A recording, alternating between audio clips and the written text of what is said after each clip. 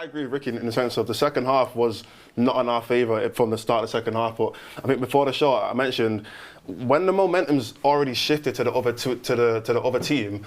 If you go make a bunch of subs at the same time, you're almost putting those players in the complete worst situation because they're coming into a game where Spurs has already got all the men.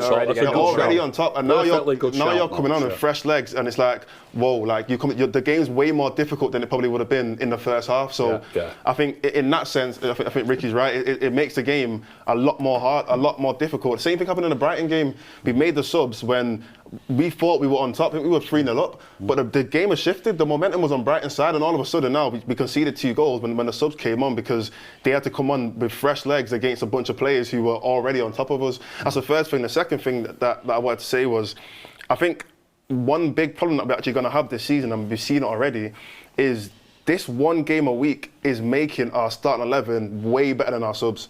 I think our starting 11, because they're getting to play every single week more or less, the level of our players that are starting compared to the level of the players that are on the bench is just getting bigger and bigger and bigger. We look at our bench sometimes and think, oh, we've got a strong bench, and then we make the subs, and all of a sudden it's like, why did we bring on those players?